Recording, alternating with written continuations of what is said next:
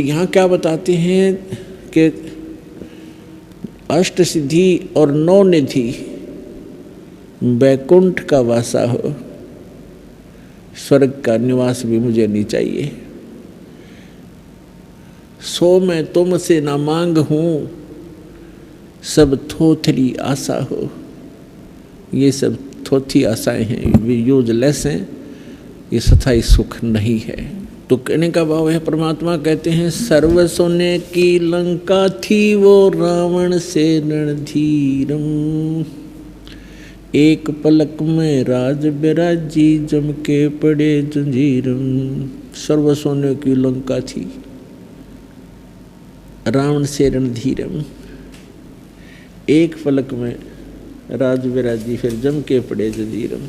देखो, हम यदि किसी के पास 200 ग्राम गोल्ड हो जाता है तो फूला नहीं समावे, 6 जगह छुपावे हैं, और पता नहीं के सोचा है फिर उसके बारे में यूँ कर दूँ यूँ कर दूँ।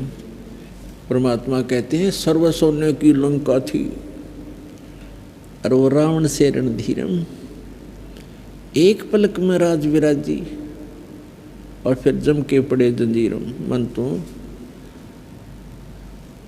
सुख के सागर बसरे भाई और न ऐसा यसरे। आप तो 100-200 ग्राम सोना हो जाता, वो तो घना मुश्किल से मिलेगा किसी के पास। बस इन्होंने सोचा पता नहीं क्या मिल गया मुझे, एक कोठी हो जाए, कार हो जाए, कोई फैक्ट्री बना ली। तो पुण्यात्मा, या भूल लगी हुई है आपके, इस संसार से वापस हटना पड़ेगा आपने, परमात्मा के ज्ञान को आधार बना कर जीना पड़ेगा, तब आप सफल हो पाओगे।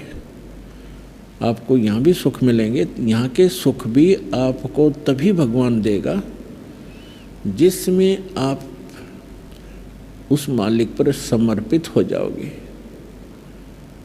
कि मनसा वाचा कर्मणा अमोई और न दूजा हो।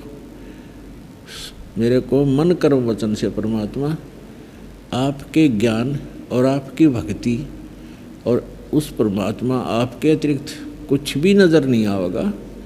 फिर आप रोज़ बरकत देखना, आपके घर में सारे सुख देगा, काल से बचावेगा, जंजाल से बचावेगा और अकाल मृत्यु से बचाएगा। अब हम पुण्यात्माओं ज्ञान तो सुन लेते हैं और भक्तों के साथ हो रहे लाभ भी हम सुनते हैं, फिर हमारे को नहीं लाभ मिलते हैं, उसका कारण क्या है, उसके ऊपर भी आपने बहुत विवेचन करना पड़ेगा, तभी आप इस भक्ति मार्ग पर चल पाओगे। उसके कई कारण होते हैं। जैसे एक भक्त ने दीक्षा ली और तुरंत ही राहत मिल गया उसको, और दूसरे भक्त ने दीक्षा उसी दिन ली और 6 महीने हो गए उसको राहत नहीं मिल पा रहा है।